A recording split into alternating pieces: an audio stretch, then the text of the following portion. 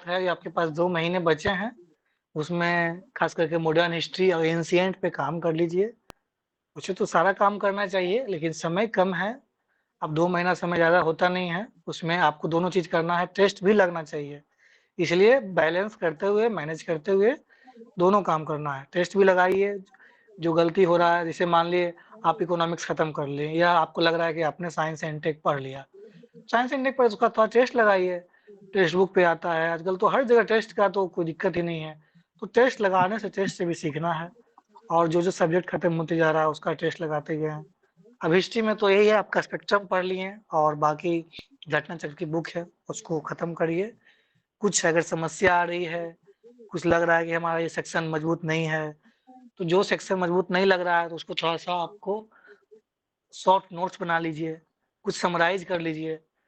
लेकिन अभी ही बस 1-2 महीने, ये आपका जून 15 दिन है और बाकी जुलाई, अगस्त, सितंबर में कुछ नहीं होगा। सितंबर में सारा रिवीजन होना चाहिए। जो बच गया, जो पढ़ लिया, सब रिवीजन होगा। इसमें और हो गया आपका करंट अफेयर्स है, तो करंट अफेयर्स में है, एक तो हम हमेशा बताते आ रहे हैं, जनवरी से जून हो गया, 6 महीने हो चुके हैं। उसमें यही करना है कि आपको प्रयास करना है कि मंथली मैगज़ीन जो सब्जेक्टिव आता है, वो तो पढ़ना है। और लास्ट में आप अभी पढ़ लीजिएगा एक 6 महीने वाला कोई भी वन लाइनर, क्योंकि बैलेंस करके चलना है। सब्जेक्टिव तो पढ़ना है क्योंकि थोड़ा उसके हमको कांसेप्ट चाहिए। कुछ फैक्चुअल भी आता है प्रश्न, अभी तो कॉम्बिनेशन है। जब यूपीएससी पूछती है तो बीपीएससी कौन-सा चीज़ है, तो इसलिए मिक्स अप रखना है, कांसेप्चुअल का भी और फैक्चुअल का भी। फैक्चुअल का भी। तो अभी प्रयास ये करें कि एक तो हाँ, जनवरी से लेकर जून तक जो पढ़ रहे होंगे मैगज़ीन मंथली विजन का या किसी भी इंस्टीट्यूट का, तो वो तो पढ़ना ही है सब्जेक्टिव। और साथ में साथ एक 6 महीने वाला कोई भी एक मैगज़ीन ले लीजिए वन लाइनर का, उसको भी पढ़ करके खत्म ही कर लीजिए, ताकि सिर्फ अगला 2 महीना का ही रिवीजन करना ही रह जाए। ये ज़रूर काम कर लेंगे कि आपका सब्जेक्टिव में कांसेप्चुअल क्लियर हो गया और ऑब्जेक्टिव जो वन लाइनर है, कोई भी मैगज़ीन वन लाइनर जिससे आप पहले पढ़े हुए हैं या आपको लगता है कि ये ठीक था, तो उसको आप एक बार देख लेना है। ताकि देखिए, इंट्यूशन कब काम करता है, जब आपके पास when you have the knowledge, either it will be factual और कांसेप्चुअल, तो दोनों हो सकता है। तो जहाँ जैसे मान लिया अब आपको पता ही नहीं कि आर्टिकल 109 110 क्या कह रहा है, तो how will make your concept, मतलब कैसे यहाँ पे लगाएंगे इंट्यूशन, नहीं लग पाएगा ना। तो यूपीएससी कंसेप्ट में के आ गए साथ सर, साथ कल ही फैक्चुअल वाला में। चाहिए ही चाहिए। तो इसको मिला करके, मिक्स करके आगे बढ़ना है। तो करंट अफेयर्स का यही है कि 6 महीने जो अगर नहीं पढ़े हैं तो वो भी पढ़ लीजिए, अभी है आपके पास समय। मान लीजिए एक मैगजीन में एक महीने की मैगजीन में 100 पेज होता है, तो टारगेट रखिए कि एक दिन में आप 10 पेज पढ़ें, 20 पेज पढ़ें, लेकिन उसको प्रयास करें कि मंथली सब्जेक्टिव भी पढ़ लें और वन लाइनर वाला भी बुक पढ़ लें। तो ये हो गया आपका करंट अफेयर्स का मोटा-मोटी स्ट्रेटजी। कुछ बिल्कुल। बोल रहे थे Rupesh sir? Sir current affair में हम यही कहना चाहेंगे कि करंट अफेयर का मैगजीन अभी भी जितना बचा हुआ है, जैसे पीटी बैच में पढ़ा रहे हैं करंट अफेयर को, तो उसमें क्या होता है कि बहुत कम चीजें हैं पढ़ने के लिए। एक चीज ये मैं खुद भरोसे से बहुत आराम से कह सकता हूँ, क्यों? क्योंकि मैं खुद करंट अफेयर पढ़ाता भी हूँ। चाहे विजन आईएएस का मैगजीन हो, दृष्टि का मैगजीन हो, कोई भी मैगजीन हो, मुझे पढ़ाने के लिए हर करंट अफेयर एक ऐसा सब्जेक्ट है, जब खुद पढ़ के नहीं जाएंगे तो पढ़ा नहीं सकते हैं। मुझे पढ़ाने के लिए मुश्किल से 30 से 35 मिनट लगते हैं उसको देखने के लिए। 30-35 मिनट में मैं चीजों को देख लेता हूँ, तो आपको जाके 1 घंटे की क्लास रहती है, 1.5 घंटे तक पढ़ाना रहता है, 1 घंटे आराम से 1 डेढ़ घंटे में पढ़ा लेता हूँ। क्यों? ऐसा मैं कैसे कर पा रहा हूँ? एक तो है कि मैं डेली पेपर पढ़ता हूँ, ठीक है? उसके बाद जो भी डेली घटनाएं घट रही है उसमें अपडेट रहता हूँ, दूसरा काम। तीसरा काम है कि करंट अफेयर सिर्फ और सिर्फ करंट अफेयर नहीं है, करंट अफेयर भी अपने आप में एक तरीके का सब्जेक्ट है। अभी जैसे कि क्या कहते हैं, जो भी रिपोर्ट आई है, क्या कहते हैं, 129 रैंक है, कौन सा रिपोर्ट आया बताइए जरा, नाम बताइए इंडिया का। हाँ बताते हैं सर, 129 हाँ, जेंडर 129 रैंक। इनक्लूसिव। हाँ, जेंडर इनक्वलिटी आया है, तो उसमें जेंडर कौन जेंडर इक्वलिटी। जेंडर इनक्वलिटी की रिपोर्ट आई है, उसमें 4 पैरामीटर्स हैं, हमको चारों पैरामीटर्स पहले से याद है। जी, तो बताइए, अगर हमको 4 पहले से याद पैरामीटर। है, तो वो चारों पैरामीटर, तो वो सिर्फ और सिर्फ रैंक ही तो अपडेट करना रहा, चीजें थोड़ा बहुत ही बदलती है, ठीक है? तो इसके लिए मेरा कहना यह है कि करंट अफेयर को किसी एक टीचर से या कहीं से भी, जहां से भी आप पढ़ रहे हैं, कहीं यूट्यूब देख रहे हैं, कहीं से भी देख रहे हैं, एक बार करंट अफेयर को पढ़ने के लिए सीखिए। अगर आप पढ़ने के लिए सीख लेंगे ना, तो ये सरदर्द ही जीवन का खत्म हो जाएगा। करंट अफेयर में क्यों, कैसे, कहाँ से करें, कैसे पढ़े, नहीं पढ़े, एकदम खत्म हो जाएगा। कुछ भी होगा, जो कोई भी किसी का अपॉइंटमेंट हो रहा हो, या फिर क्या कहते हैं किसी की नियुक्ति हुआ हो, या फिर कोई एक्सरसाइज हुआ हो, कुछ भी हुआ हो, उसके पीछे तो एक बैकग्राउंड है। अभी G7 का मीट चल रहा है, उसके पीछे का भी एक बैकग्राउंड है, कैसे वो ऑयल क्राइसिस के बाद क्रिएट हुआ था। अगर आपको बैकग्राउंड पता है तो करंट अफेयर G7 इटली में ही हुआ, तो इटली में, और हाँ उसे इटली में होगा, भारत जो का तो मिला। हाँ, जो भी घोषणा पत्र निकलेगा उसमें कुछ ही ना नई बातें हमको अपडेट हम्म, करना पड़ेगा। बाद बाकी चीजें तो क्या होगी, कोई टीचर पढ़ाए चाहे हम पढ़ाएं या कोई भी पढ़ाए, वो सारा का सारा जो स्टैटिक पोर्शन है उसके पीछे वही तो आपको पढ़ना है। स्टैटिक पोर्शन को करंट अफेयर के लिए क्या करना है कि पढ़ना है, और अच्छे टीचर अगर कोई पढ़ाते हो तो उसके साथ साथ करंट अफेयर के साथ साथ उसमें जितना भी स्टैटिक है उसका एटलीस्ट क्लियर कर दे, ताकि अगले साल अगर बाय नंबर आपको करंट अफेयर पढ़ना पड़े तो सिर्फ और सिर्फ वही स्टैटिक करंट का ही चीजें करंट में पढ़ना पड़े। ऐसा नहीं कि उसके स्टैटिक का भी पता नहीं है। करंट अफेयर पढ़ने में दिक्कत बच्चों को मूल रूप से यही आती है। क्यों? क्योंकि उसका जो पीछे का स्टैटिक पोर्शन है वो गायब रहता है, और ये कोई पढ़ाता नहीं है ठीक से। इस कोई भी मैगजीन हम, मैं अभी भी दावे के साथ कह सकता हूँ कि चाहे विजन का मैगजीन हो, या फिर दृष्टि पढ़ाना हो, या फिर क्या कहते हैं आपका ये एसपीडी हो, ड्यूटेरिया हो, जो और भी मैगजीन बाजार में आता है, परीक्षा पाने का भी आता है, जिसका भी आता है, सब मैगजीन ठीक है अपने आप में। उसको पढ़ाने के लिए मुश्किल से 1 महीना भी लगेगा। अगर 30 क्लास भी ले लेना तो पूरे के पूरे मैगजीन को पढ़ा सकते हैं। अभी मैं गारंटी के साथ कहता हूँ पूरे 1 साल का पढ़ा सकता हूँ, ये सिर्फ 1-1 घंटे डेली, इससे ज्यादा समय नहीं लगेगा। क्यों? क्योंकि वो चीजें आपको उस तरीके से पढ़ने के लिए सीखना पड़ेगा। तो करंट अफेयर के लिए इतना ही है। दूसरा बात, करंट अफेयर के लिए जो भी बच्चे 70वीं देने के लिए जा रहे हैं, फैक्चुअल प्लस कॉन्सेप्चुअल, जितना भी दोनों तरीके का करंट अफेयर आपको करके ही जाना है। क्यों? क्योंकि कौन सा वन लाइनर पूछ दे और कौन सा स्टेटमेंट बना के पूछ दे, ना हम जान रहे हैं ना आप जान रहे हैं। इसलिए तैयार रहिए दोनों तरीकों के लिए, ठीक है। और पीटी बैच में चीजों को इसी तरीके से पढ़ाया ही जाता है, ठीक है। तो फिर बढ़ते हैं अगले सब्जेक्ट पे, और जो भी आप लोगों का कोई सवाल है, सवाल भी पूछेगा, सवाल का भी अभी जवाब देंगे हम लोग, ठीक है। सर का कहना है कि आपको करंट वेस्ट स्टैटिक पे काम हाँ करना है। जो न्यूज चल रहा है मार्केट में उससे संबंधित जो भी स्टैटिक चीजें हैं उसको अच्छे से देखना है। अब मान लिया अभी G7 का सर ने बात किया, इससे पहले अभी जो स्कीम चल रहा है नारी शक्ति वंदन अधिनियम था, और भी जैसे अभी सोलर योजना वाला स्कीम आया सूर्योदय, तो ये उससे संबंधित क्या क्या फैक्ट है ये पता होना चाहिए। तो इसलिए करंट वेस्ट स्टैटिक पे भी काम करना है, ताकि फैक्चुअली पढ़ लेना है और उससे क्या क्या कंसेप्ट है, क्यों ओरिजिनेट हुआ, क्या वजह रहा, और कौन कौन सी संस्थाएं हैं, क्या उसका G20 है। अब ऐसे दो गो एक इंटरनेशनल में पढ़ेंगे, दो गो चीज अभी जो कॉरिडोर बना है, मतलब चाइना का जो BRI है उसको काउंटर करने के लिए दो इनिशिएटिव है। कौन कौन इनिशिएटिव है कोई जानते हैं? दो कॉरिडोर बना है जो कि हम लोग को वेस्टर्न यूरोप को जोड़ता है। कुछ आइडिया है आप लोग को? सब दो भूल गए। कौन कौन है नाम IMEC बताइए। हाँ, और ISTC। क्या ICC फुल फॉर्म बताइए, क्या होता है ICC का फुल फॉर्म? सब ब्लैंक, कोई जान रहे हैं? India middle economic corridor, middle east economic corridor. और एक और? हाँ सही है, एक और बताइए।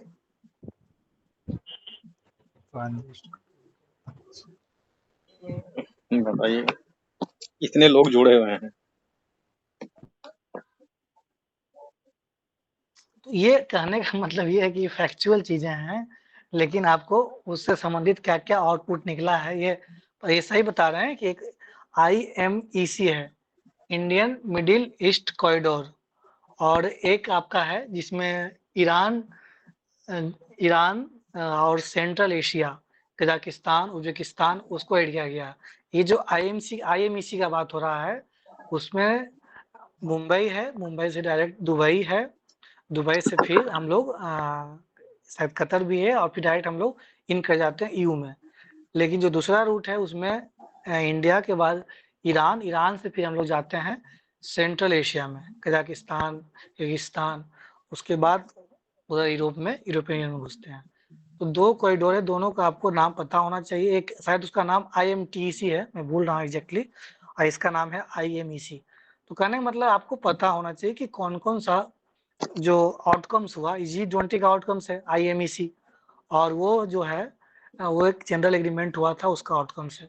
तो दोनों पता ऐसा होना कोई चाहिए कि दोनों में क्या विस्तार सॉरी तरीके से उसका इंडिया तजाकिस्तान करके इन दोनों के नाम पे है कोई? नहीं मतलब उसमें सेंट्रल एशियन, हाँ सेंट्रल एशियन कंट्रीज आती है, किर्गिस्तान भी है, जी कजाकिस्तान भी है, हाँ। जी एग्जैक्ट उसमें शायद TEC करके कुछ है, आई लास्ट में हाँ एन शायद वही कुछ है। क्या है? INSTC international north south corridor से। हाँ international north north south south, transport corridor. हाँ INSTC, बिल्कुल बिल्कुल, international north south transport corridor. तो ये आप लोग कितने लोगों को पता था? ना तो उसका कंसेप्ट पता होगा, और ये तो मॉस्को तक के IMC थे, तो पता होगा, रूस तक के थे। IMC बहुत लोगों को पता होगा, लेकिन ये INSTC पता नहीं होगा। तो ये पता रखना है, क्यों? ये दोनों एक तरह का है, दोनों का मकसद यही है, जो चाइना का BRI है, CPC है, उसको एक तरह से हम लोग काउंटर करेंगे। Of course. ठीक है, हाँ ओके। तो और कुछ क्या सवाल अगर कोई किन्हीं का है तो कुछ, पहले हाँ सब कुछ कुछ पूछना है सवाल भी ले बताइए। लें। कोई अगर सवाल पूछना चाहते हैं कि कैसे तैयारी करें इन्हें कुछ पूछना है 2 तो महीने आप में वो क्या पूछ करना लें। चाहिए, क्या नहीं होना चाहिए, कौन सी परेशानी करंट आती है, और अफेयर्स 60 कितने मंथ तक का कवर किया जाए? सॉरी करंट देखिए करंट करंट अफेयर्स अफेयर कितने कितने मंथ मंथ्स का तक का बता कवर देते किया हैं। जाए? करंट अफेयर्स देखिए, जनवरी से लेकर के आपका अगस्त तक जो 8 महीने का है वो तो अच्छे से पढ़ना ही है, अगर आपको लगता है, और बाकी लास्ट 6 महीने का वो भी कवर कर लेंगे, लेकिन जनवरी से अगस्त तक वाला वो ज़्यादा अच्छे फोकसली करेंगे। बाकी लास्ट जो 6 महीने का है उसको भी एक बार पैनी नज़र से देख लेंगे, ताकि कहीं क्वेश्चन ना छूटे, कुछ आ गया तो। लेकिन जनवरी टू अगस्त उसको ज़्यादा बेहतर तरीके से करना है। देखिए करंट अफेयर के लिए किसी भी एग्जाम के लिए उसमें इस दोनों करना है, एक कंसेप्चुअल, फैक्चुअल। कंसेप्चुअल मैंने बताया आपको सब्जेक्टिव मैगजीन पढ़ना है, और फैक्चुअल मतलब वन लाइनर किसी भी इंस्टीट्यूट का एक मैगजीन देख लेंगे। दोनों पढ़ना है, 2 सोर्स रखना है।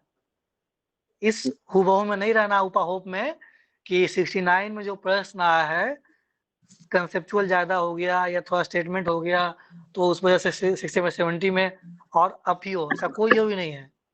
ये रैंडमनेस का एग्जाम है, तो आपको बैलेंस करके चलना होगा। पता चले कि और फैक्चुअल प्रश्न आ गया और आप उस फैक्चुअल वन लाइनर के लिए तैयार नहीं थे, तो ये बिल्कुल ही नहीं करना है। बैलेंस बना के चलना है, इसलिए दोनों पढ़ लेंगे, एक सब्जेक्टिव मैगजीन भी पढ़ लेंगे और एक वन लाइनर मैगजीन भी पढ़ लेंगे। हाँ ओके, नेक्स्ट क्वेश्चन बताइए। सही है जो भी पूछ रहे हैं। विजन आईएएस का तो बिल्कुल सही रहेगा, विजन आईएएस, और यहाँ पढ़ाते भी हैं, जो पीटी बैच में पढ़ाते हैं विजन आईएएस का मैगजीन पूरा पढ़ा देते हैं, पूरा मंथली मैगजीन में। सच बता रहे हैं बहुत। साइंस हाँ बोलिए। Hello sir. हाँ साइंस पूछिए। के लिए थोड़ा कुछ साइंस के बताइए लिए। बताइए। साइंस के लिए सर क्या करें? ऐसे एनसीईआरटी तो पढ़ चुके हैं हम। अच्छा अच्छा। जिनको प्रश्न बस पूछना होगा वो हैंड रेज कर देंगे, ठीक है। हाँ बताइए, कौन पूछ रहे हैं? और ये बोलिए। एक तो साइंस के लिए पूछ रहे हैं और तनु कुछ पूछ रही है। हाँ बताइए, बोलिए बोलिए, नेहा सिंह लिखा रहा है, बताइए बताइए क्या है। इनका तो साइंस का सवाल है। Science sir good evening. Science के लिए थोड़ा पूछना था सर। हाँ बोलिए बोलिए, नेहा सिंह बोलिए। साइंस के लिए पूछना था सर। हाँ साइंस के लिए पूछना था। देखिए मतलब साइंस, जैसे एनसीईआरटी तो हाँ हाँ ओके, जी हाँ जी बोलिए। बोलिए। देखिए साइंस के लिए एनसीईआरटी पढ़ आपको तो एक चुके बेसिक एनसीईआरटी बुक पढ़ना है। हैं, ठीक आपका जो बुक है ठीक 9th और 10th और 8 भी पढ़ लीजिए, बेहतर रहेगा। जी 8 9 10 जी कि तीनों मतलब बुक एक बार रीडिंग डाल लीजिए, थोड़ा रीडिंग कर लीजिए। अब मान लीजिए एक 9 मान लीजिए 8 में 20 चैप्टर से कुल 60 चैप्टर्स हो गए, तो क्या करिए, एक शॉर्ट नोट्स बना लीजिए एक एक पेज का, इससे बेहतर कुछ नहीं होगा। ये बना लिए, उसके बाद घटना चक्र में बायोलॉजी में 2000 क्वेश्चन है, केमिस्ट्री में लगभग 800 क्वेश्चन होगा, फिजिक्स में लगभग 1500 क्वेश्चन होगा, कुल 3-4 हजार क्वेश्चन है, उसको कर लेना है। तो आपका एक कंसेप्ट बेसिक क्लियर हो गया, आपने क्वेश्चन कर लिया घटना चक्र से। उसके बाद बच गया साइंस टेक। टेक में 3-4-5-6 टॉपिक है, जैसे आपका एक बायोटेक्नोलॉजी, उसको थोड़ा बहुत देख लेना है। डिफेंस टेक्नोलॉजी, अब बायो क्या देखना है, जो टर्म परिचित रहा है, जीनोम इंडिया प्रोजेक्ट क्या है, स्टेम सेल क्या होता है, प्रो न्यूक्लियर ट्रांसफर क्या होता है, कुछ इसको थोड़ा सा बायोटेक्नोलॉजी को पढ़ना है।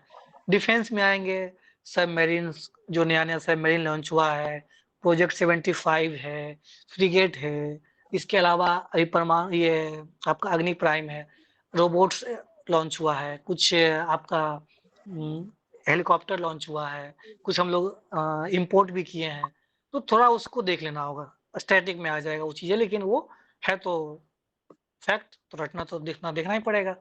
तो ये साइंस एंड टेक में आप एक बायोटेक्नोलॉजी थोड़ा पढ़ेंगे, सर ये डिफेंस टेक्नोलॉजी पढ़ेंगे, और एक ICT, information and communication technology, जिसमें आपका आता है आईओटी क्या है, 5G क्या है, 6G क्या है। जैसे इस बार चैट जीपीटी का प्रश्न था, फुल फॉर्म पूछ दिया था, 69 में देखे होंगे। तो ये क्या है, ये कहीं ना कहीं आईसीटी उससे थोड़ा सा बेसिक प्रश्न ही है। डीप फेक, सैलो फेक में क्या अंतर है, डॉक्सिंग क्या होता है, कुछ कुछ टर्म से आपको ये आईसीटी का, ये आपको डिफेंस हो गया, स्पेस, चौथा स्पेस, ये 4 जरूर काम कर लेंगे इस पर। ठीक है, बायोटेक्नोलॉजी, स्पेस टेक्नोलॉजी, जी डिफेंस टेक्नोलॉजी और आईसीटी। उसमें भी सबसे इम्पोर्टेंट कौन कौन रहेगा, बायोटेक्नोलॉजी और आईसीटी। उसके बाद आपका डिफेंस और स्पेस।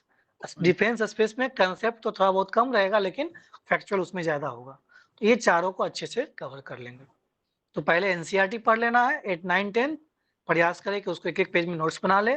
20 चैप्टर होगा तो 20 चैप्टर का 20 या 60 चैप्टर, 60 पेज में खत्म हो गया और सर एनसीईआरटी। एक बार फिर से सर हाँ, ये कर दीजिए ना, एक्सरसाइज की जो लेसन बताया ना, एक बार रिपीट कर दीजिए। बायोटेक्नोलॉजी सेकंड क्या बताया था? क्या मैं सुन नहीं रहा हूँ, फिर से बताइए, आवाज क्लियर आ नहीं। हाँ बताइए। और सर बोल फिर रहे से थे ना बोलिए कि एक सर बार। फिर एक बार ना एक बार ना सर फिर से आप बता दीजिए, जो आपने लेसन बताया था बायोटेक्नोलॉजी का, टॉपिक का नाम बता दीजिए। और ओके ओके। हाँ देखिए, जैसे बायोटेक्नोलॉजी है, तो बायोटेक्नोलॉजी में क्या क्या पढ़ना है आप लोग को। एक तो हो गया आपका स्टेम सेल हो गया, एक तो बेसिक, जो आप तो बायोलॉजी पढ़ेंगे तो बेसिक बायोलॉजी में तो क्लियर हो जाएगा सेल क्या है। अब सेल में अब उसका एडवांस हो गया स्टेम सेल। अब जर्म सेल पता होना चाहिए, जर्म सेल स्टेम सेल में क्या अंतर है। ठीक है, इसके अलावा अब उसमें अभी रिसेंट कुछ कुछ डेवलपमेंट हुआ है, जैसे कि जीनोम इंडिया प्रोजेक्ट, उसमें हम लोग जीनोम का स्टडी करते हैं। इसके अलावा अभी आपका एक 3 पेरेंट बेबी कंसेप्ट आया था, उसमें हुआ था कि हम लोग को जिनका खराब होता है माइटोकॉन्ड्रिया, जो वीमेन होती है, तो हम लोग दूसरे वीमेन का, डोनर वीमेन का माइटोकॉन्ड्रिया यूज करके हम लोग ये प्रोड्यूस करते हैं। जो आईवीएफ का टेक्निक है, जो हम लोग आर्टिफिशियल जो जो हम इनवर्टेड लोग क्रिएट करते हैं फर्टिलाइजेशन बेबी, करवाते हैं। हाँ, तो उसके लिए उसी में ही टेक्नोलॉजी है 3 पेरेंट बेबी। उसमें क्या होता है कि हम लोग तरह से 2 माँ का और 1 पिता का, तीनों का कॉम्बिनेशन होता है। तो उसी को हम लोग बोलते हैं प्रो न्यूक्लियर ट्रांसफर। जब फर्टिलाइजेशन के बाद, जब स्पर्म और एग का फर्टिलाइजेशन हो जाता है, उसके बाद हम ये टेक्नोलॉजी यूज करते हैं, मतलब हम लोग माइटोकॉन्ड्रिया को रिप्लेस करते हैं। उसी को हम लोग बोलते हैं प्रो न्यूक्लियर ट्रांसफर। तो कहने का मतलब ये आपका 3 पेरेंट बेबी का क्या कंसेप्ट है, उसी का नाम है माइटोकॉन्ड्रिया रिप्लेसमेंट थेरेपी। उसी से संबंधित हो गया प्रो न्यूक्लियर ट्रांसफर। आईवीएफ क्या होता है, जब हम लोग फर्टिलाइजेशन से पहले सर की प्रक्रिया होती है। हाँ, कुछ पूछ रहे हैं क्या, बताइए। तो ये हो गया आपका टॉपिक। इसके ये अलावा और टॉपिक है। आस्था आईएएस का टेस्ट भी ठीक है, हम लोग आ रहे हैं, पहले इनसे इनका ले लेते हैं जवाब, पहले इनका पूछ लेते हैं। ये हो गया आपका बायोटेक्नोलॉजी में।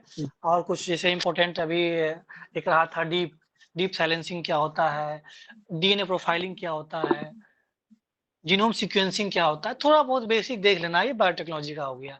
डिफेंस में क्या होगा, डिफेंस में क्या क्या पढ़ेंगे, रोबोट्स, ये आपका उधर आएंगे तो अग्नि प्राइम है, रिसेंटली अभी आया था।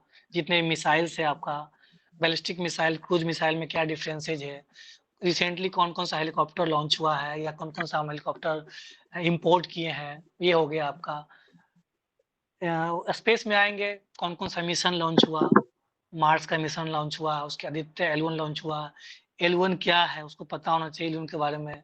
नाविक है, जिसको हम लोग बोलते हैं जीपीएस, इंडिया का जो जीपीएस है, उसका एक और नाम है IRNSS, क्या फुल फॉर्म होता है। ये सबसे थोड़ा देख लेना, अवेयर रहना है, क्योंकि ये सब अभी चर्चा में था। हम जीपीएस को इंस्टॉल करने वाले हैं, जो मेरा उसका नाम है नाविक, NAVIC। तो जो जीपीएस है, जीपीएस नाविक में क्या अंतर है कि जीपीएस 100 मीटर एक्यूरेसी देता है, हमारा जो नाविक है, जो इंडिया का अपना है इंडिजिनस, उसका 20 मीटर का है एक्यूरेसी। तो ये डिफरेंस है। तो ये कंसेप्ट है, कुछ टर्म्स जो भी एक साल में पिछले एक साल में चर्चित रहे हैं, इससे आपको अवेयर रहना है। रिसेंटली और क्या लॉन्च होने वाला है, जैसे एक गगन, एक गगनयान, दोनों अलग अलग चीजें। क्या बताइए कोई गगनयान में क्या डिफरेंस है? Anyone please. बताइए, बोलिए बोलिए, कोई बोल सकते हैं। गगनयान क्या बताएंगे? उमाकांत कहाँ गए? बताइए गगनयान सर, उमाकांत। हाँ गगनयान बोलिए कृष्णकांत। गगनयान तो सर ये मंगल मिशन के लिए ये लॉन्च किया गया था।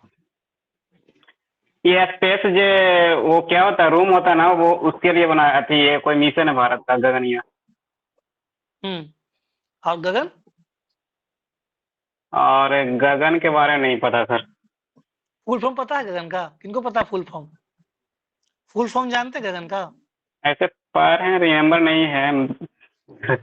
गगन भी पढ़ हैं। उसका फुल फॉर्म जानिए पहले। GPS aided geo augmented navigation. इसमें ये होता है कि हम लोग जो अभी एयर ट्रैफिक हमारा है, उसमें जीपीएस की सहायता से उसको और हमें एक्यूरेट करना है, ताकि किसी भी तरह का मिस हैपनिंग नहीं हो।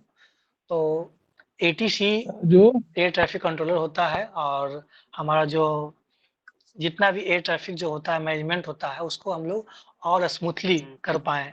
AA airport authority of India, वो इसरो के साथ एग्रीमेंट किया है एमओ कि हमें गगन का सुविधा उपलब्ध कराया जाए, ताकि एक्यूरेट हमें लोकेशन मिल सके, ताकि किसी भी तरह का मिस हैपनिंग नहीं हो और स्मूथ एयर ट्रैफिक हो। तो इसी के लिए गगन का यूज किया जाना है और यूज किया जा रहा है। ठीक है, तो ये गगन और गगनयान दोनों में डिफरेंस है, तो पता होना चाहिए। एक मतलब एक्सपेरिमेंट से उम्मीद की जाती है, बहुत बेसिक है। गगन आज से नहीं चल रहा है, पिछले 2-3 साल से चल रहा है, और इस बार भी न्यूज में रहा है, क्योंकि इसको इम्प्लीमेंट कर दिया गया है। AA और DGCI ने डायरेक्टली, सॉरी इसका क्या नाम है डायरेक्टर जो सिविल एविएशन वाला है, DGCA, DGCI, director general of civil aviation, वो डायरेक्टली ऑथराइज कर दिया है, मॉनिटर किया नहीं, आपको हर हाल में इंस्टॉल करना होगा। तो जानकारी रखना है। इसके अलावा आपका आईसीटी का मैंने बताया था, तो आईसीटी में आपको कौन कौन सा इम्पोर्टेंट है, जैसे आपका 5G हो गया, 6G हो गया, क्या डिफरेंसेज है। अभी जो हम लोग पढ़ते हैं वेब 1.0, वेब 2.0, 3, क्या डिफरेंस है। डब्ल्यू का फुल फॉर्म क्या होता है। इसके अलावा रिसेंट में जो चर्चा रहा है, क्रिप्टो करेंसी क्या होता है। चैट जीपीटी 2 तरह का होता है, आर्टिफिशियल इंटेलिजेंस, नैरो और ब्रॉड, दोनों में क्या डिफरेंस है। डीप लर्निंग, मशीन लर्निंग, ये बेसिक आपको जो चर्चा में रहा है रिसेंटली इन द न्यूज, उसको एक बार देख लेना है। बाकी हम लोग जो पढ़ रहे हैं बेसिक साइंस, वो तो अच्छे से करना ही है। बिल्कुल। ओके, तो ये नेक्स्ट वन। जी बोलिए, नेहा सिंह के नाम से हाँ। जो भी जुड़े हुए हैं, आप कुछ क्वेश्चन पूछ रहे थे, और दूसरे लोगों को भी बता देते हैं। जब तक आपका सारा क्वेश्चन ले नहीं लेंगे, हम लोग कहीं नहीं जा रहे हैं। तो जो भी लोग जुड़े हैं, पेशेंटली जुड़े रहिए, सबका क्वेश्चन का जवाब देंगे। और जिनका क्वेश्चन नहीं भी है, वो जो आपके कलीग क्वेश्चन पूछते हैं ना, तो आपको उसमें से बहुत सारा चीज जो है कि पता चलने लगता है, आपके दिमाग में भी कुछ क्वेश्चन राइज होता है। इसलिए आराम से जुड़े रहिए हम लोगों के साथ, जवाब देंगे हमारे साथ। हम मेरे में धैर्य है, तो आप भी धैर्य रखिए। क्वेश्चन टाइप भी कर सकते हैं, पूछिए क्या क्वेश्चन पूछना है। बोलिए नेहा सिंह, क्या बोलना है, बोलिए आप। वो आस्था ये इसका टेस्ट दिए थे। हाँ ठीक है। हेलो, हाँ बोलिए बोलिए। आस्था ये इसका टेस्ट दिए थे, उसमें ज्योग्राफी का था सिर्फ, उसमें सर 21 या 22 क्वेश्चन गलत था। तो अभी मतलब ये चीज थोड़ा अजीब हो जा रहा है टेस्ट कि मतलब सीरीज में ही क्वेश्चन गलत सेट कर दिया दे था रहा है उन्होंने। आदमी, इतना कर रहा है। देखिए मैं बताता हूँ, खुद मैं इंस्टीट्यूट चला रहा हूँ, ठीक है। तो ये तो बहुत गलत बात है। होता क्या है कि टीम के पीछे बैकएंड टीम में अगर ठीक व्यक्ति को नहीं बैठाया जाएगा, तो वो क्वेश्चन ऐसे ही सेट करेंगे। बहुत बड़ा नाम है, बहुत पैसा लेते हैं, 60-70 हजार रुपया उनका फी है सिर्फ पीटी बैच का, आपको पता होना चाहिए, ठीक है। और इतना बहुत टेस्ट का भी अच्छा खासा फी रहता है। मेरा दोस्त है वहाँ। हाँ तो ऐसे तो डिस्कस इसका आस्था में जाके करना चाहिए था आपको। नहीं, मैं बता देता हूँ। जो भी इस तरीके से हुआ है जिनके भी साथ, तो वो गलत हुआ है, नहीं करना चाहिए किसी भी संस्थान को इस तरीके का। दूसरा बात है कि वो टेस्ट सीरीज देने जो सेट करने के लिए बैठाते हैं लोगों को बैकएंड टीम में, अगर उनकी टीम में अच्छे लोग नहीं हैं, जैसे तैसे लोगों को बैठा दिया गया है, तो फिर ऐसा ही रिजल्ट आएगा कि टेस्ट में इतनी गलती हो निकलेंगे ही निकलेंगे। इसलिए जो भी टेस्ट दें वो एरर फ्री टेस्ट दें। हम लोग अपने यहाँ भी टेस्ट लेते हैं, दो व्यवस्था किया हुआ है। अभी आप देखे होंगे कि 1000 रुपये में टेस्ट सीरीज का बैच और 2400 रुपये में जो है कि पीटी के बैच का एडवर्टीजमेंट जा रहा होगा आपके सामने इसी प्लेटफॉर्म पे। तो उसमें क्या किया है, कुछ टेस्ट हम लोग खुद सेट करते हैं, कुछ जो मार्केट में अच्छे टेस्ट अवेलेबल हैं उनका भी टेस्ट सीरीज अवेलेबल करवा देते हैं आपको, ताकि हमारे साथ जुड़े तो आप 5 कोचिंग में जाकर तो एडमिशन नहीं ले सकते हैं, आपके पास भी एक लिमिट है। हम लोगों के पास क्या है कि एक्सेस रहता है बहुत सारे कोचिंग का, क्योंकि खुद भी कोचिंग चला रहे हैं तो आप सब कोचिंग वाले को जानते हैं, तो वहां से क्वेश्चन भी हम लोग कई बार मंगवा लेते हैं, वो क्वेश्चन भी आपको हम प्रोवाइड करवा देते हैं, तो वो फायदा हो जाता है। टेस्ट लेते भी हैं, उसका डिस्कशन भी करवा देते हैं, और वो फी भी बहुत मिनिमम रखें, 1000 रुपये लेते हैं, उससे ज्यादा एक सप्ताह में 2 टेस्ट करवाते हैं, काम खत्म है। ठीक है, तो ठीक है, अब हो गया गलती तो इसमें तो हम कुछ कर नहीं सकते, उसकी अथॉरिटी हम है नहीं। और पीटी बैच भी हम लोग 2400 रुपये में करवा रहे हैं, तो टारगेटेड बेस्ड पीटी बैच करवा रहे हैं, तो वो पीटी आते आते जो है कि आपको सारी चीजें खत्म करवा दिया जाएगा। ठीक है, तो पूछिए। देखिए टेस्ट जो है ना, हमेशा प्रयास वो करें जो ऑथेंटिक हो। पता चले कि आप 100 क्वेश्चन बनाए हैं, उसमें 20 क्वेश्चन एयर ही था, तो एक तरह से आपका 80 क्वेश्चन ही हुआ सही, उसमें भी आप 1/3 नेगेटिव है, कुल मिलाकर के आप डिमोटिवेट हो गए। तो ये चीज नहीं होनी चाहिए। और दूसरा चीज, टेस्ट जब भी दें तो आप डिमोटिवेट होने के लिए नहीं दें, टेस्ट से सीखने की चीजें हैं कि आप ये अप्रोच रखें, ये आपका एटीट्यूड होना चाहिए कि हमने आज फिर से 20 क्वेश्चन 50 क्वेश्चन नया सीख लिया। और उसको सीखना ही नहीं है, उसको आप इस तरह से अपने पास रखें नोट्स में या जैसे रखें, ताकि उसको आप रिवीजन कर सके एग्जाम से 1 सप्ताह पहले 10 दिन पहले, या उसको आप नोट डाउन कर लें, उसका पीडीएफ बना लें, या उसको इस तरह से रखें कि जितना आपने टेस्ट लगाया पिछले 6 महीने में 1 साल में, उसको रिवीजन करना जरूरी है, otherwise there is no any benefit. बिल्कुल। So you should always keep remember कि जरूर उसको आप अच्छे से उसको नोट्स बना के पीडीएफ बना के जैसे आपको रखना है, लेकिन आपको एग्जाम से 1 सप्ताह पहले 10 दिन पहले उसको जरूर देखना है, देख के ही जाना है। तो देखिए, और दूसरा बात ये भी है, मैं जब टेस्ट ले रहा हूँ उस बैच में, तो उसमें हम लोग क्या करते हैं, एक कॉन्सेप्ट मतलब कि लाए हुए हैं, टेस्ट कॉपी। उसका कॉन्सेप्ट यही है, आपको टेस्ट देना है, टेस्ट में कितना क्वेश्चन सही हुआ गलत हुआ वो तो सेकेंडरी मैटर है, प्राइमरी मैटर है कि टेस्ट देने के बाद आज आपने कितना क्वेश्चन सीखा कैसे, टेस्ट दिए, टेस्ट का डिस्कशन भी करवा दिए, खुद भी सॉल्यूशन पढ़ लिए, उसके बाद फिर उसमें से कुछ जो नई बातें आई उसको एक कॉपी लीजिए, उस पे टेस्ट का नाम नंबर लिख दीजिए, फला टेस्ट था फला नंबर का, उसमें ये क्वेश्चन मेरा गलती हुआ था, सबसे पहले उसको नोट कर लें, और जो सही भी हुआ था लेकिन उसमें कुछ नया बातें आ गया समझ में, तो आप उसको भी उस कॉपी पे नोट कर लें। ठीक है, तो फिर जो है कि आपको ये टेस्ट कॉपी बनाने से फायदा यही होगा, इसको बहुत बेहतरीन बेनिफिट मिलता है, क्योंकि कुछ मेरे फ्रेंड थे जो क्वालिफाइड हैं, वो उन्होंने भी ऐसा ही अप्रोच लगाया था, और पिछले बार भी मैंने बैच में करवाया था ऐसा, उससे बहुत फायदा हुआ। लास्ट में बच्चों ने मुझे बताया कि सर हम सिर्फ और सिर्फ लास्ट टाइम में जब हड़बड़ाहट हो गई थी, सिर्फ टेस्ट कॉपी को ही रिवाइज करके जाते थे और एग्जाम में अच्छा परफॉर्म करके आए, वो क्वालिफाइड भी हैं। ठीक है, तो पूछिए और कोई सवाल हो तो। टेस्ट कॉपी का कॉन्सेप्ट आप जरूर अपने टेस्ट में लगाइए, चाहे आप जहां से भी दे रहे हो, मेरे से जुड़ के दे रहे हो या कहीं और से दे रहे हो, उससे मतलब नहीं है, लेकिन इस कॉन्सेप्ट को अपने जीवन में आप अप्लाई कीजिए। ठीक है, कैसे टेस्ट कॉपी बनाते हैं तो वो भी बता देंगे, उसमें थोड़ा सा टाइम लगेगा, लेकिन तो अभी तो आपका सवाल लेंगे, उसके बाद होगा तो आज नहीं तो कल किसी दिन बता देंगे। बोलिए क्या सवाल है उनका, इन्हीं का। एक तो ज्योग्राफी का कोई टाइप किए क्वेश्चन, आप मेरा टाइप भी सर कर के सकते हैं। जब हम करंट पढ़ रहे हैं तो स्टैटिक छूट रहा है, जैसे हम इतिहास भूगोल नहीं पढ़ते हैं तो करंट अभी पकड़ ही रहे हैं तो उधर छूट जा रहा है, उधर कम टाइम।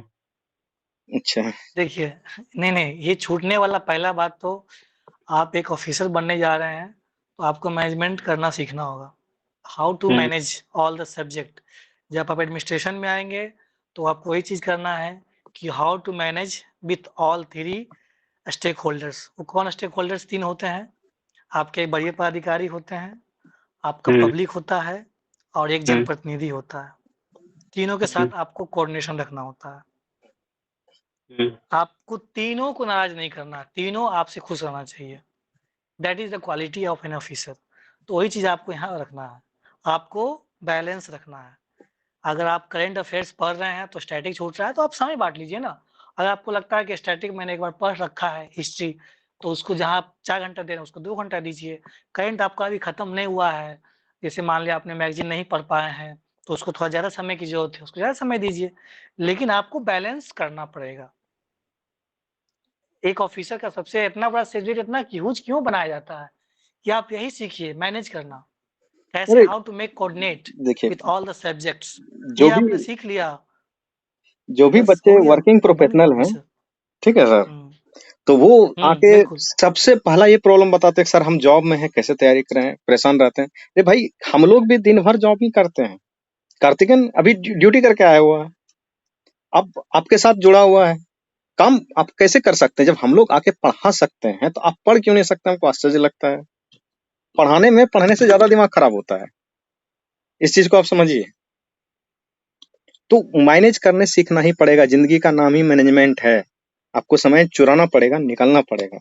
अब बहुत लोग ऐसे हैं, आपको मैं रेशियो बता देता हूँ, 67th में जो बच्चे क्वालिफाइड हुए हैं, 40% ऐसे बच्चे थे जो कि पहले कहीं ना कहीं सिलेक्टेड थे, उन्हीं का सिलेक्शन हुआ है। मेरे खुद के बैच से इतने लोगों का सिलेक्शन हुआ है, तो उसमें भी 50% रिजल्ट ऐसा था जो कि सिलेक्टेड थे, पहले ही सिलेक्टेड थे किसी ना किसी में, चाहे वो डीआरडीओ में हो, बीपीएससी में ही पहले सिलेक्टेड हो, बैंक में हो, रेलवे में थे बहुत लोग तो ग्रुप डी के पोस्ट पे थे, कोई आरपीएफ थे, कोई कांस्टेबल का जॉब कर रहे थे। अब देख सकते हैं यूट्यूब पे पूरा वीडियो पड़ा हुआ होगा सारे अरे लोगों पढ़ना तो 8 ही घंटा है ना, उसको और अच्छे से आप देखिए, ये आपके पास तो अच्छी अपॉर्चुनिटी है कि आपको 8 घंटा का बाउंडेशन नहीं है, 6 घंटे का बाउंडेशन नहीं है। If you have 10 hours 12 hours तो रगड़िए ना, यही 2-4 में तो रगड़ना है। ये आप रगड़ लिए, मतलब आप ये 1 साल 1.5 साल कर लिए तो फिर आपका, और जब आदमी मेहनत करता है ना तो फिर ऑटोमेटिक कॉन्फिडेंस आ जाता है। तो करना है बेहतर, हो जाएगा। बस वही है, जो आपका लग रहा है कि वो सब्जेक्ट वीक है, उसका समय बढ़ा दीजिए अब एक और उसको कॉन्सेप्ट थोड़ा जो घटा हम लोग दीजिए। अपने क्लास में भी बच्चों के साथ डिस्कस करते हैं, कार्तिकेन जी भी डिस्कस करते रहते हैं कि आप जो लोग जॉब में हैं, अगर आप रेगुलर नहीं पढ़ पाते तो आप वीक के हिसाब से घंटा बांधिए ना, कि 35 घंटा हम पढ़ लेंगे, बिल्कुल। 30 घंटा पढ़ लेंगे। आपको सप्ताह में 30 घंटा पढ़ना चाहिए, लेकिन ऐसे करके बांध लीजिए ना। अगर आपको रेगुलर टाइम नहीं मिल पाता, ऐसा कोई जॉब है, तो टाइम तो निकलेगा ही निकलेगा। तो इस कॉन्सेप्ट को आप लगाइए अपने जीवन में, ठीक है? पूछिए अगला सवाल। सर बोलो। बनाना शुरू करना चाह रहे हैं सर, तो कैसे बनाना? क्या बनाना शुरू करना चाह रहे हैं? शॉर्ट नोट्स जो बोल रहे हैं ना सर, बनाना चाह रहे हैं हर सब्जेक्ट का, वो कैसे शुरुआत करें सर, उसमें क्या क्या इंक्लूड करें?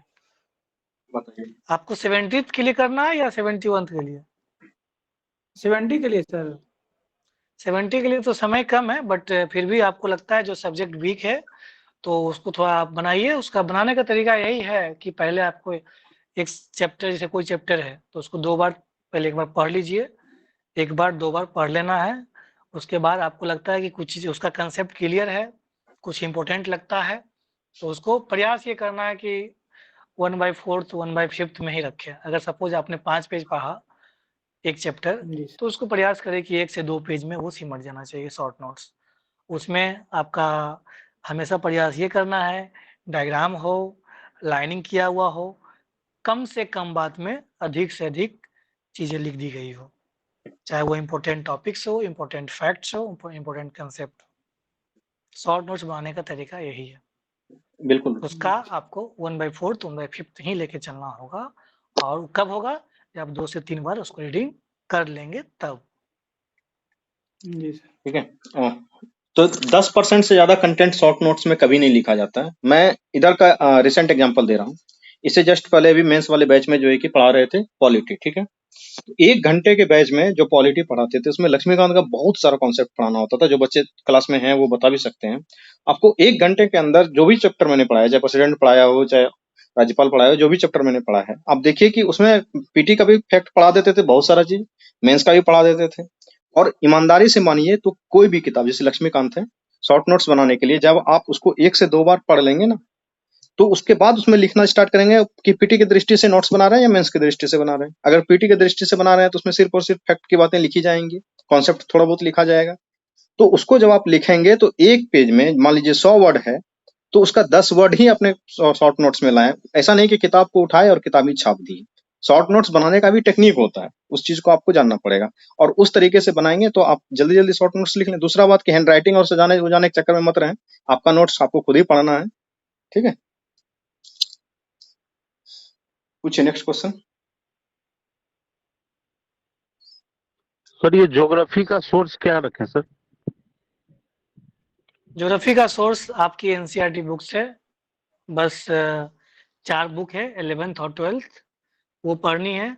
और दूसरा, आप स्टैटिक के लिए जो फैक्ट्स हैं उसके लिए आप लूसेंट को पढ़ सकते हैं, घटना चक्र पढ़ सकते हैं, जो आपको सहूलियत लगता है, दोनों में से कोई भी चलेगा।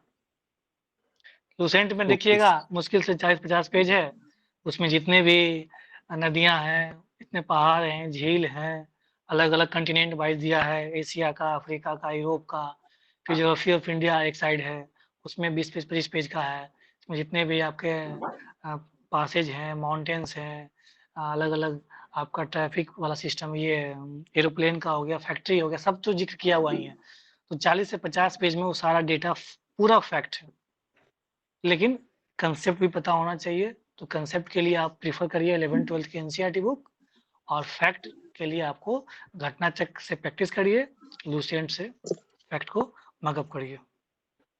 बिल्कुल मगअप देखिए, मगअप का मतलब मेरा ये नहीं कहना है कि उसको आप बैठ के रटना शुरू कर, नहीं, उसको मल्टीपल टाइम पढ़ना है, ऑटोमेटिक वो याद हो जाएगा। एक बार पढ़ें, 2 बार पढ़ें, 3 बार पढ़ें। ओके, पूछिए, और किसी को कुछ पूछना है? सर मेंस के लिए कितना समय दिया जाए सर? मेंस के लिए तो धीरे धीरे समय को आप बैलेंस करें, और कम से समय कम करना पड़ेगा मेंस के लिए, क्योंकि आपका पीटी का प्रेशर बढ़ जाएगा। और पीटी आप कितना तैयार है पीटी के लिए, ये भी निर्भर करेगा ना। अगर पीटी बहुत तैयार है तब तो आप मेंस में भी दे सकते हैं, नहीं तो 30% 20% से ज्यादा समय 80/20 के रेशियो में, अगर 10 घंटा पढ़ रहे हैं तो आधा घंटा पीटी या 7 घंटा पीटी पढ़ सकते हैं, तो 3 घंटा मेंस को दे सकते हैं। मेंस के लिए समय आप कम करना पड़ेगा, आपको पीटी की ओर बढ़ना पड़ेगा। पूछिए, और कुछ पूछना है किन्हीं को? सर बिहार स्पेशल के लिए सर क्राउन से काम चलेगा? मैं क्राउन का बुक पढ़ता हूँ सर। देखिए, बिहार स्पेशल हो या करंट अफेयर, 2 सब्जेक्ट की बात बता रहे हैं, इन दोनों में किसी एक किताब को पढ़ लेने से काम नहीं चलने वाला है, ठीक है?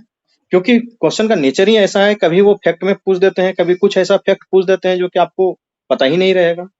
इसलिए एटलीस्ट अगर बिहार स्पेशल की बात करें या करंट अफेयर की बात करें, तो कम से कम तो 2 सोर्स हम जरूर बोलेंगे कि मिनिमम 2 सोर्स रखिए। जैसे क्राउन पढ़ रहे हैं तो इम्तियाज अहमद भी पढ़ लीजिए। इम्तियाज अहमद पढ़ने का मतलब ये है कि उसका सब्जेक्टिव और ऑब्जेक्टिव दोनों बहुत नहीं है पढ़ने के लिए, कि बुक मोटा आपको दिखेगा, लेकिन उसमें जब आप पेज को सिंक्रोनाइज कर लेंगे तो बहुत कम पेज निकलता है पढ़ने के लिए, ठीक है? तो उसको भी पढ़ लीजिए, या फिर कोई और केबीसी नैनो पढ़ रहे हैं, जो भी पढ़ रहे हैं, लेकिन हम कहेंगे कम से कम 2 सोर्स मिनिमम करंट अफेयर के लिए और बिहार स्पेशल के लिए जरूर रखें। और बिहार स्पेशल बीपीएससी के लिए बहुत इंपॉर्टेंट क्या कहते हैं हो जाता है, क्यों? क्योंकि इससे सवाल बहुत ज्यादा रहा था, ठीक है? और ये लॉन्ग हैंगिंग फ्रूट है ना जी, कि आपको बहुत कम मेहनत में ज्यादा मार्क्स मिल जाता है। क्वेश्चन तो सारा एक ही मार्क्स का होता है, चाहे आप साइंस के बनाए चाहे बिहार स्पेशल के बनाए, ठीक है? तो इसलिए आप आसानी से इसको कर सकते हैं।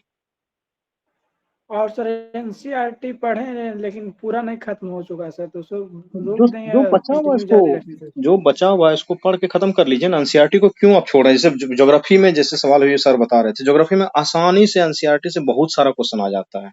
अब देखेंगे उसमें कहीं डायग्राम बना हुआ था, कहीं कोई क्या टेबल दिया हुआ था, उसमें से क्वेश्चन निकाल के पूछ दिया। और बहुत गिलानी फील होगा ना कि जिसमें कि आप क्वेश्चन आया और वो एनसीईआरटी से और आपका नहीं बना, आपका सबसे बेसिक कमजोर था, तो क्यों छोड़े हुए हैं? इसको पढ़ के खत्म कर दीजिए।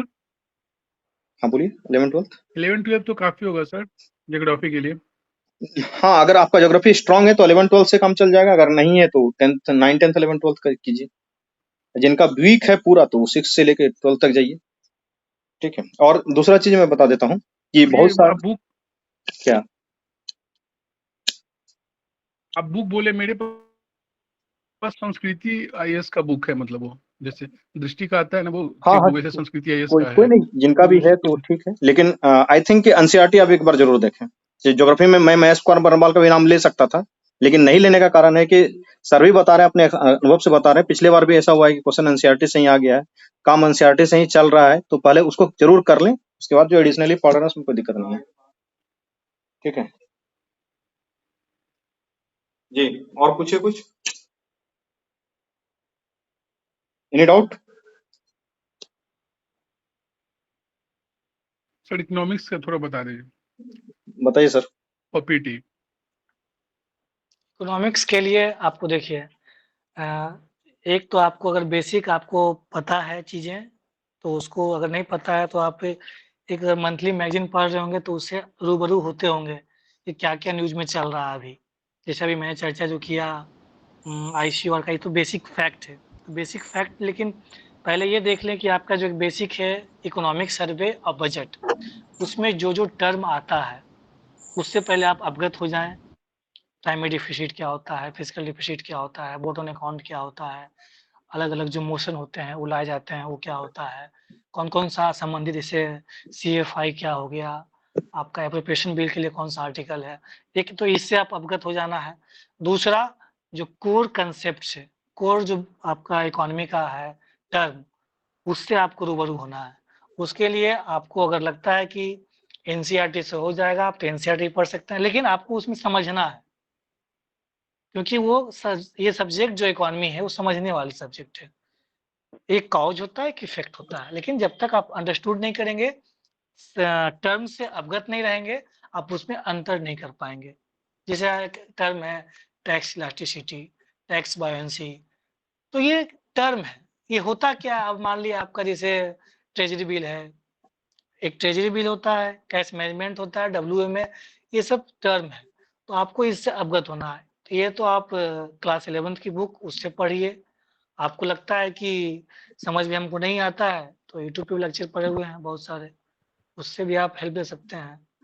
और एक तो मोडाल सर के हैं लेक्चर, उससे भी जैसा आपको लगता है, लेकिन आपको वो सब्जेक्ट कवर करना होगा कैसे। एक तो आपको बजट इकोनॉमिक सर्वे अच्छे से कर लेना है बेहतर तरीके से, उसमें जो भी टर्म आते हैं, उसके बाद कोर इकोनॉमिक्स। बुक से आपको लगता है कि बुक से समझ में आ जाती है तो देन ओके, अगर नहीं आती है तो आप लेक्चर का प्रीफर करें। बताइए। ठीक है, और किन्हीं को कोई सवाल है तो पूछिए, अदरवाइज जो लोग भी हमारे साथ जुड़ना चाहते हैं तो वो पीटी बैच में या टेस्ट सीरीज बैच में जुड़ सकते हैं। पीटी बैच मात्र 2400 रुपये का है और टेस्ट सीरीज हम लोग 1000 में करा रहे हैं।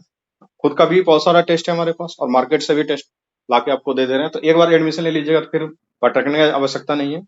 सप्ताह में 2 दिन टेस्ट लेते हैं, ठीक है, और उसका सॉल्यूशन भी मिल जाता है, साथ के साथ डिस्कशन भी करवा देते हैं, ताकि आप अपने दोस्तों से ये भी जान सकेंगे ना कि मेरे साथ ये पढ़ रहा है, इसको इतना मार्क्स आया, हमको इतना ही आया, फिर डिस्कशन में भी एक दूसरे से बात कर सकते हैं, तो ये बहुत फायदा है। और बाद में कोई सवाल है तो पूछिए, जो भी सवाल मन में आ रहा है पूछिए। एक सवाल है रूपम टेस्ट सिंह से का सीखने की, देखिए टेस्ट का एक ही मकसद है, आपको सीखना होगा, डेली न्यू लर्निंग्स चाहिए ही चाहिए। ये एग्जाम ऐसा है ना, आप वास्ट नॉलेज का मतलब अथाह है, कुछ भी पूछ देता है। आप कितना अवेयर हैं, कितना आपके पास बुकिश नॉलेज है, कितना सोसाइटल अवेयर है, कितना इंटरनेशनल अवेयर है, हर तरह से आपको फुल्ली अवेयर रहना होगा, क्योंकि कौन सा क्वेश्चन और क्या, वही 1 नंबर 5 नंबर 10 नंबर का खेला होता है एग्जाम में। बाकी तो सभी लोग करते हैं वही चीज, 80-90 तो सब लाते हैं, लेकिन वही 10 नंबर जिनका एक्स्ट्रा आ गया वो सेफ खेल गए हैं, उनका फिर कितना भी काट छाट हो रहा है, डिलीट हो रहा है। तो करना ये प्रयास, आपको हर तरह से अवेयर रहना है, सोशली भी, इन्वायरमेंटली, इंटरनेशनली, नेशनली और बुकिश भी, दोनों तरह से, कंसेप्चुअल, फैक्चुअल। तो टेस्ट का वही मकसद है कि डेली नया क्वेश्चन सीखिए, वो करना चाहिए। बताइए, कुछ पूछ रहे थे कोई? दो सवाल है। एक तो रूपम का सवाल है इसको प्रैक्टिस लेकर के, एक क्या दिन कहते में हैं, BSSC CGL को लेकर के, और 71th BPSC का एक सवाल है, तो उस दोनों सवाल को भी लेंगे हम। ठीक है, पूछिए, कुछ पूछना है तो। आशुतोष उठा रहे हैं, बताइए आशुतोष जी, क्या है पूछ प्रश्न? सर मेरा क्वेश्चन ये था कि 71 बीपीएससी में सर ऐसे राइटिंग मीन्स के लिए क्या करना? ओके, और एक किनका क्या प्रश्न था रुपेश जी? एक BSSC CGL का सवाल है इनका, उसका लास्ट में ले लेंगे। ओके ओके, ठीक है। देख लीजिए आशुतोष जी, आपका 71th का बात कर रहे हैं। देखिए आपका ऐसे का जो है, ऐसे क्या है, अगर आप ऐसे को समझेंगे तो ऐसे में क्या है, आपको हर एक एस्पेक्ट्स को टच करना होता है। वो कब होगा, when you have the accumulation of knowledge. मतलब आप पॉलिटी भी पढ़े होना चाहिए आपको, हिस्ट्री भी आपको आनी चाहिए, ज्योग्राफी भी आनी चाहिए, इकोनॉमिक्स भी आनी चाहिए, थोड़ी बहुत सोसाइटी की भी नॉलेज होनी चाहिए, और साथ में करंट अफेयर्स का नॉलेज होना चाहिए। अब कोई भी टॉपिक होता है, सपोज करिए कि एग्रीकल्चर पे ही बात करते हैं, एग्रीकल्चर, आप एग्रीकल्चर के बारे में आपसे पूछा जाए कि क्या उसका इतिहास रहा है, तो ये आपको पता होना चाहिए कि इंडस वैली सिविलाइजेशन में क्या हुआ, उससे पहले क्या मेहरगढ़ का क्या हुआ था, तो वो आपका हिस्टोरिकल अप्रोच हुआ। हिस्टोरिकल में क्या क्या, आप कहाँ से आप उसको लिंकअप करना चाहते हैं। अब उसमें क्या हो सकता है कि agriculture is the backbone of Indian economy, क्या है प्रश्न वाला चीज है, लेकिन एग्रीकल्चर के बारे में आपको पता होना चाहिए। वो कहाँ से उठेगा, हिस्टोरिकल क्या उसका अप्रोच है, करंट सिनेरियो में क्या है। हम लोग डबल फार्मर्स इनकम के लिए स्कीम लॉन्च किए हैं, बहुत तरह का स्कीम भी लॉन्च किए हैं, पर ड्रॉप मोर क्रॉप है, प्रधानमंत्री फसल बीमा योजना है, ये सब करंट सिनेरियो है, सॉइल हेल्थ कार्ड है। उसके अलावा अगर आप उसका देखेंगे इकोनॉमिकल में क्या-क्या अप्रोच हो सकता है, क्या उसका बेनिफिट है, कितना गवर्नमेंट को ये किसान को कितना नुकसान होता है, कितना फ़ायदा है, कौन-कौन सी पॉलिसी थी, एमएसपी पॉलिसी है, इसके अलावा जो सीएससीपी जो हम लोग को डिसाइड करती है, उसमें आप तो ये आपको क्या पता है, ये सब चीज़ें जो मैं बता रहा हूँ? अलग-अलग अप्रोच? ये बताइए सब आशुतोष सर जी। पूरा जानकारी नहीं है सर। हाँ, तो पहले क्या करना है, पहले आपको नॉलेज इकट्ठा करना है। तो ऐसे का तरीका ये होता है, एक तो पहले आप जो बेसिक सब्जेक्ट वो पढ़ लीजिए अच्छे से, आपको अच्छे तरीके से पढ़ना है। दूसरा क्या करना है अभी से ही, जो इम्पोर्टेंट टॉपिक्स है, जैसे एग्रीकल्चर हो गया, एनवायरनमेंट हो गया, एजुकेशन हो गया, हेल्थ हो गया, आपका इधर पॉल्यूशन हो गया, टूरिज्म हो गया, ये सब पे आपको नोट्स बनाना है। ऐसे का कैसे बनाएंगे, उससे संबंधित कोट्स और उसका हर एक approach, political, economic, social, cultural, उसमें क्या-क्या उसका क्या सिनेरियो चल रहा है, टेक्नोलॉजिकल, एनवायरमेंटल, उसके अलावा पर्सनल लेवल पे क्या चीज़ें हैं, कम्युनिटी लेवल पे क्या है, उसका क्या डेवलपमेंट हुआ है, नेशनल लेवल पे क्या डेवलपमेंट है, ऑर्गेनाइजेशनल लेवल पे क्या डेवलपमेंट है। ये सारा उसका एक टॉपिक का हम लोग अलग-अलग सिनेरियो में, अलग-अलग पर्सपेक्टिव में पहले पढ़ेंगे। क्या करेंगे उसको लिख लीजिए। ये आपका बेस बनेगा। किसी भी एसे जब लिखना होता है तो आपको पता होना चाहिए उसका क्या हर एक बैकग्राउंड क्या-क्या अलग-अलग जो बैकग्राउंड होता है। जब ये पता रहेगा तब उसको आप एसे के रूप में ढाल पाएँगे, अलग-अलग वे में। लेकिन अल्टीमेटली क्या होता है जो सेंट्रल आइडिया है, जब agriculture is the backbone of Indian economy. तो कुल मिला के बात ये होनी चाहिए कि कैसे एग्रीकल्चर बैकबोन है, इसको आपको जस्टिफाई करना होगा। आइदर वो इकोनॉमिक रीजन से हो, कल्चरल रीजन से हो। अब कल्चरल शुरू से ही आप इंडिया जो इंडियन फार्मर्स हैं या जो इंडियन के पास ज़मीन है, वो हमेशा से जुड़ाव रहा है, एक इमोशनल लगाव रहा है। तो जब जहाँ इमोशंस जुड़ जाती है ना, तो हर कोई चाहता है कि उससे मैं बेहतर हो। चाहे उसकी प्रोडक्टिविटी बेहतर हो, उसका हेल्थ बढ़िया रहे, सॉइल तो ये कब होगा? तो ये आपको इंटरलिंक करना है कि कैसे एग्रीकल्चर हमारा बैकबोन है। अगर वहाँ से अच्छी प्रोडक्टिविटी आएगी, इमोशनल जुड़ाव हो रहा है, तो कहीं न कहीं उसमें लोग बेहतर एफर्ट देंगे। जब बेहतर एफर्ट देंगे, तो प्रोडक्टिविटी बढ़ेगी। जब बढ़ेगी उत्पादकता, तो उससे क्या होगा? हमारा देश का इकोनॉमी बूस्ट करेगा। तो ये आपको लिंक करना होगा, अलग-अलग पर्सपेक्टिव में। ये कब होगा? When you have ample of knowledge. इसलिए नॉलेज को इकट्ठा करिए, उसको लिखना प्रयास करिए। जो मैंने टॉपिक बताया, ये सब बेसिक टॉपिक है, इस पे पहले काम करिए। इसको जब आप अलग-अलग एस्पेक्ट्स में लिख लेंगे, तब आप एक बेहतर ऐसे लिख पाएँगे। कोट्स ज़रूर कंपाइल करिए। अलग जैसे एजुकेशन पे आप ऐसे लिखने के लिए प्रयास किए, आप नोट देख के लिखिए, विजन आईएएस का भी है, बहुत सारा कंटेंट अवेलेबल है। देखिए और उसको उससे संबंधित 4-5 कोट्स, अलग-अलग कोट्स ज़रूर लिखा कीजिए अपने नोट्स में। जब ये सारा जब 10, 15, 20 टॉपिक आप बना लेंगे, उसके बाद ऐसे लिखिएगा, तब आपका हाथ चलेगा। ठीक है? समझ गए? Ashutosh ji, is it yes sir, clear? Yes sir. हाँ, यस सर। ओके। रुपेश और जी कुछ और? जी कुछ लास्ट में हम बोलना चाहेंगे कि कैसे-कैसे क्या करना है, और एक आध सवाल है उनका पहले ले लेते हैं। लास्टली 1-2 सवाल ही लेंगे, अगर किन्हीं को कोई सवाल है तो पूछ लीजिए, नहीं तो फिर हम लोग फाइनल समय कुछ बताएँगे, उसके बाद फिर खत्म कर देंगे सेशन को। किन्हीं का सवाल है तो बोलिए, नहीं तो जिनको भी बोलना है कुछ बोल सकते हैं, नहीं तो फिर हम लोग कुछ बात बता के सेशन बंद कर देंगे। ये तो 2 ही केस में सिनॉप्सिस होता है, वाला या तो इन बोलिए लोग का तो थोड़ा सिलेबस वो कंप्लीट हाँ, कुछ बोल रहे हैं, बोलिए।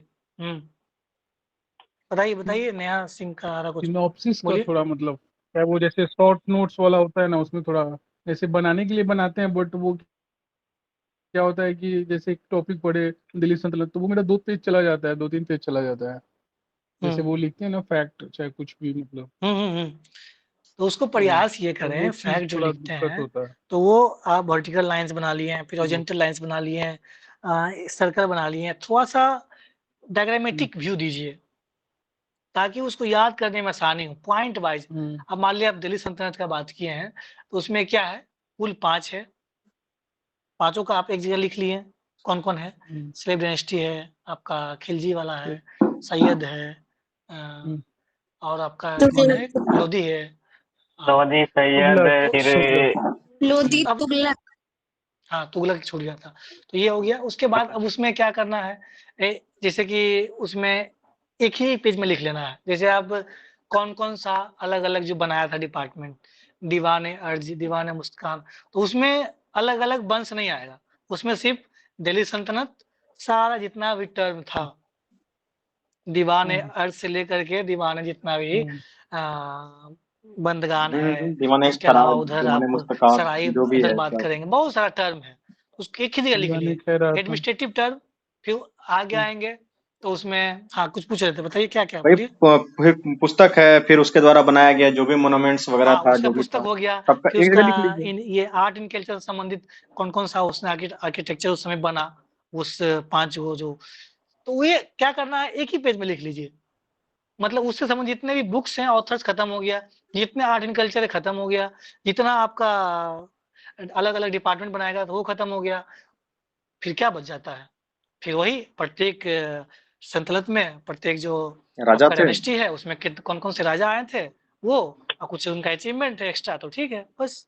खत्म हो गया। तो पहले क्या करना है, अब मान लिए स्लेब का बात करेंगे, स्लेब में 5-6 राजा है, उसका लिख लेना है, कुछ अचीवमेंट है, तो पहले वर्टिकल लाइन बना दिए। वर्टिकल लाइन बनाने का मतलब, वर्टिकल लाइन बनाए, पहला लिखेंगे आपका स्लेब है, तो स्लेब में क्या है, पहला कौन आया था, कुतुबुद्दीन ऐबक।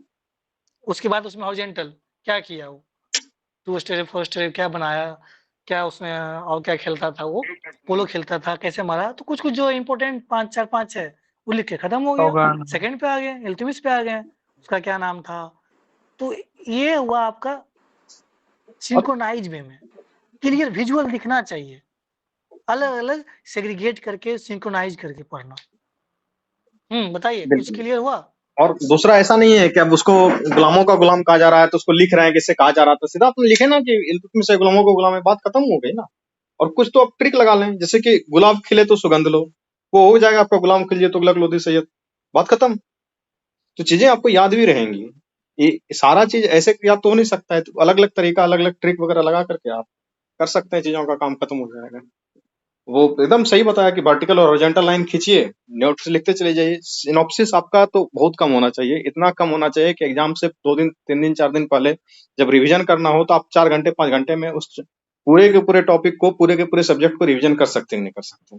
एग्जाम देखिए क्लियर उसी का होगा जिनके पास की इतना नोट्स और सिनॉप्सिस खास करके बना हुआ तैयार हो कि हम बोल दें कि अगले सप्ताह बीपीएससी देना है आपको और आप सारा सिलेबस 7 दिन के अंदर रिवाइज कर सकते हैं, तभी आपका एग्जाम निकल सकता है। इतना नॉलेज आपको चाहिए ही चाहिए, अदरवाइज वही होगा कि 2 नंबर से छूट गया, इस बार ट्रेंड बदल गया, इस बार ये हो गया, फिर रोना धोना स्टार्ट। ठीक है। और दूसरा बात ये है कि जो भी सिर्फ स्टूडेंट हैं उनसे बहुत हम्बल